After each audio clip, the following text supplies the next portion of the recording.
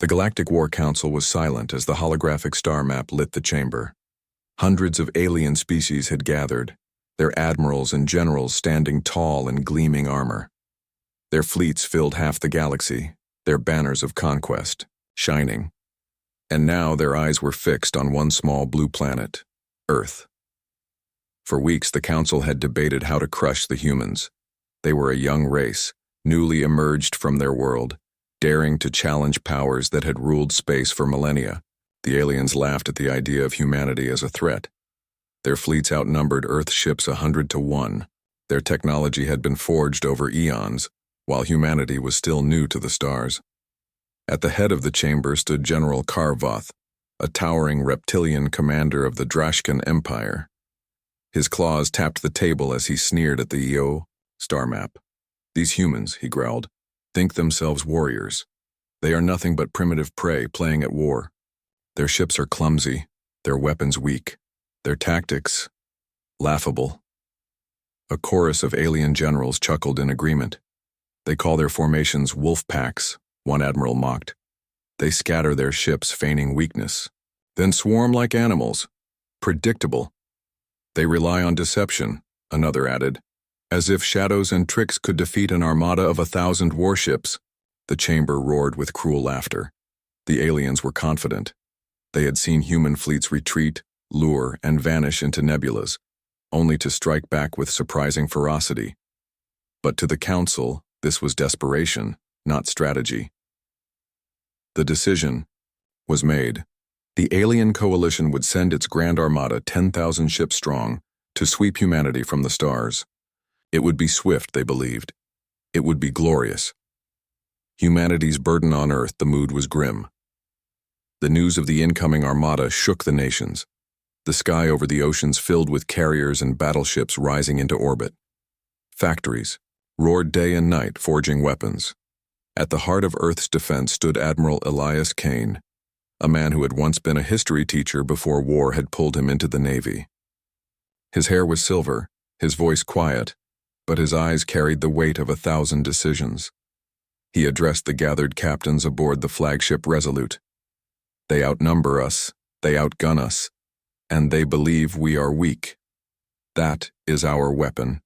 They think war is only about numbers and firepower, but war is about will. It is about spirit. It is about making the enemy believe they have already lost." Some captains shifted uneasily, others clenched their fists. Humanity had faced extinction before, on the plains, against predators, in wars of survival.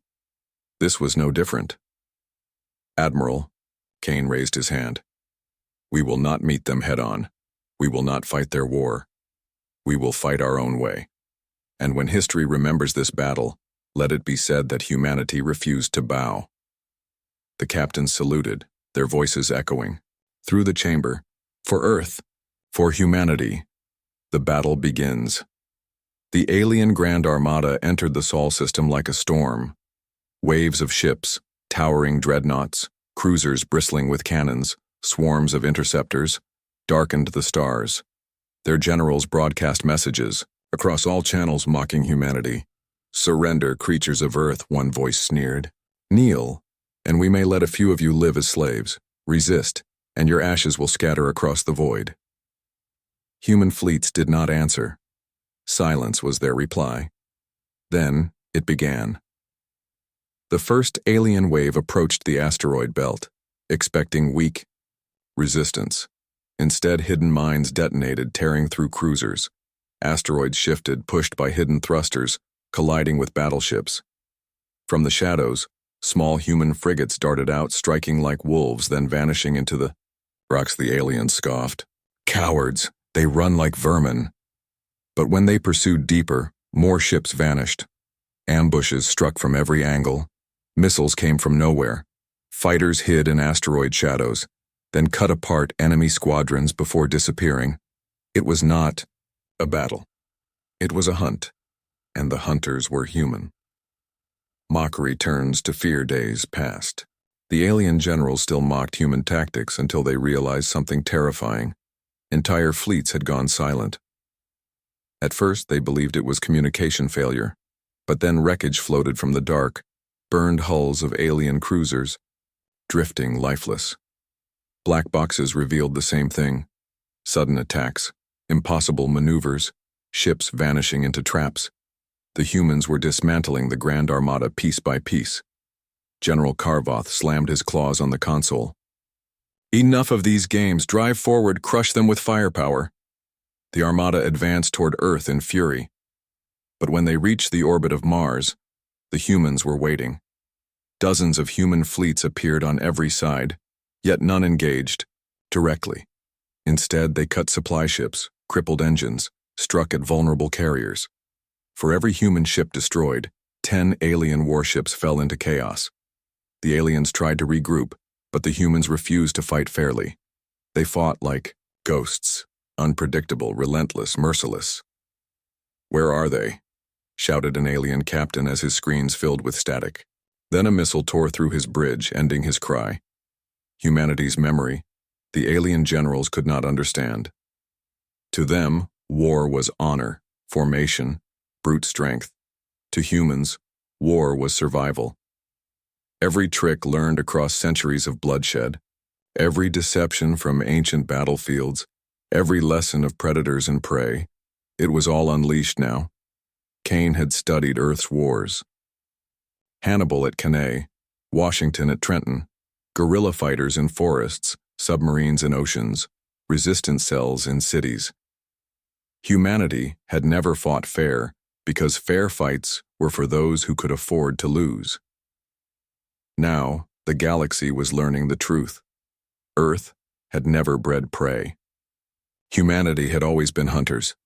The disappearance, at last, the Armada reached near Earth's orbit. The alien generals were desperate. Their fleets were bleeding. Thousands of ships had already been lost, but still they pressed on, believing victory was near. Then it happened. On the eve of the final assault, the alien admirals awoke to silence. Their comms were dead. Their sensors showed empty space where fleets should have been. Panic spread. Ships reported missing allies, entire squadrons gone without a trace. One by one, alien vessels vanished into darkness.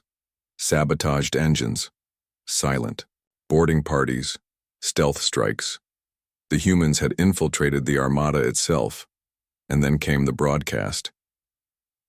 Admiral Kane's face filled every alien screen. His voice was calm, steady. "You mocked our strategy. You thought us weak. But humanity does not fight wars the way you do. We fight to win. Look around you. Your Armada is already gone." The aliens looked and saw nothing. Thousands of ships, once the mightiest force in the galaxy, had been reduced to burning wrecks, drifting hulks, or simply vanished. Human. Stealth carriers had pulled squadrons into ambushes, traps hidden in gravity wells, mines disguised as debris. The Armada had not been defeated in one battle. It had been consumed, swallowed whole by human will.